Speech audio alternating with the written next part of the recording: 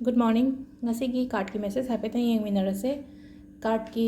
message की मतुंगदा आई number अमा share तौजरगे को मैमदा सिगी नंबर से कोई मैजिक नंबर हारसु यारे एंजल नंबर हारसु यारे को नंबर से दुम पैसागी अदुगी अदागी हाइबा केमता लेते को हाइदे सीजे चेंज पोरकना हाई तारे को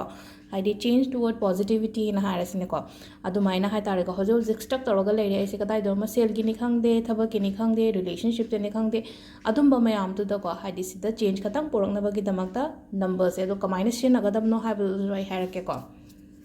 दो अहमदा कार्ड की मैसेज हाइपेटा येंगमिनरसे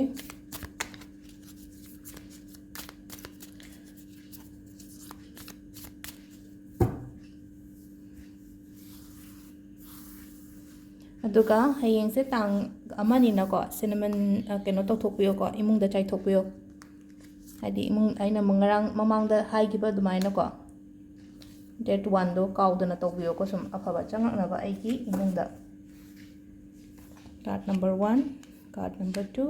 कार्ड नंबर 3 अहम कार्ड की मैसेज येंगमिनर को अहम कार्ड के से को मतेंग लाप याय आइगिदमक्ता कनानोमना हाइ आइगी इथक थोंबना मतेंगुम्बा पिरकपो खोपा अदुमाइना लैको अदुगा अमना आइगी थाइनगी मरुकुम्बा कैगुम्बा अदुमाइना थेंगनो खोलो हाइबा लैको पुनबा खोटपा अमा अदुमाइना को अदुगा नंबर 2 को नंबर 2 से खितंग अयरपन लेरंबा हाना हाइ तारे को अदुम्बा मयामदो खरा फबा अदुमाइना ओइनो ओइको हाइदि सिदा हाइदि पोचे फगलकपगी मवंगदो ओइना अफब पोरकनी को अदुगा अहुम सुबगी सेना अमुक हाइदि पाउ नुंगाइबा लाकनी अफब लाकनी अदुगा अमना हाइदि पैसा नुंसागी ओइनादि पिथोकपिगनो मयामदा मिंगोंदा पिथोकपिगनो ngasiगी ओइना अदुगा टाइमिंग अफब को टाइमिंग अफब से अयुकी पुंग 5 गा मिनिट 94 दगिना पुंग 9 गा मिनिट 19 फावम लेरे 9 गा मिनिट 92 दगिना पुंग 13 गा मिनिट 3 फावम लेरे 1 गा मिनिट 94 दगिना नुंगदावरमगी पुंग 4 गा मिनिट 15 फावम लेरे को अदुगा नुंगदावरमगी पुंग 3 गा मिनिट 4 दगिना अहिंगी पुंग 13 गा मिनिट 3 फावबा सिसिना ngasiगी टाइमिंग अफब अदुगा आइना हाइगिबा नंबर दो ngसाइगी तो को डायरी गुम्बा हाइदे आइना जर्नल अमा दुम इयोन हाइबदो सुम हाइदे अफबा केनो तो अफबा ngei हाइ तारे को